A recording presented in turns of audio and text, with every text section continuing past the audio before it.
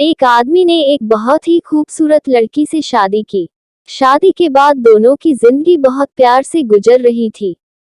वह उसे बहुत चाहता था और उसकी खूबसूरती की हमेशा तारीफ किया करता था। लेकिन कुछ महीनों के बाद लड़की चर्मरोग स्किन डिजीज से ग्रसित हो गई और धीरे धीरे उसकी खूबसूरती जाने लगी। खुद को इस तरह देख उसके मन में डर समाने लगा कि यदि वह बदसूरत हो गई तो उसका पति उससे नफरत करने लगेगा और वह उसकी नफरत बर्दाश्त नहीं कर पाएगी। इस बीच एक दिन पति को किसी काम से शहर से बाहर जाना पड़ा।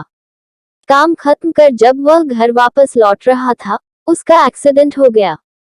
एक्सीडेंट में उसने अपनी दोनों आंखें खो दी।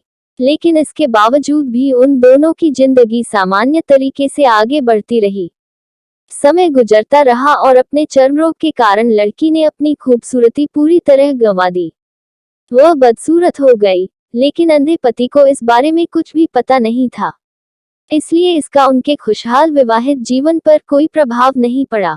वह उसे उसी तरह प्यार करता रहा। एक दिन उस लड़की की मौत हो गई। पति अब अकेला हो गया था। वह बहुत दुखी था। वह उस शहर को छोड़कर जाना चाहता था।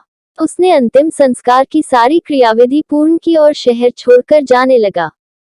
तभी एक आदमी ने पीछे से उसे पुकारा और पास आकर कहा, अब तुम बिना सहारे के अकेले कैसे चल पाओगे? इतने साल तो तुम्हारी पत्नी तुम्हारी मदद किया करती थी।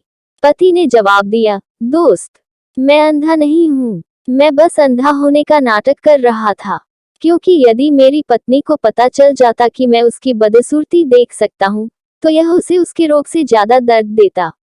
इसलिए मैंने इतने साल अंधे होने का दिखावा किया। वह बहुत अच्छी पत्नी थी। मैं बस उसे खुश रखना चाहता था। इससे यह सीख मिलती है कि खुश रहने के लिए हमें भी एक दूसरे की कमियों के प्रति आंखें बंद कर लेनी चाहिए और उन कमियों को नजरअंदाज कर देना चाहिए।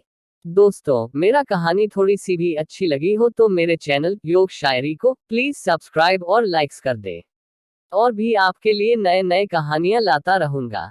धन्यवाद।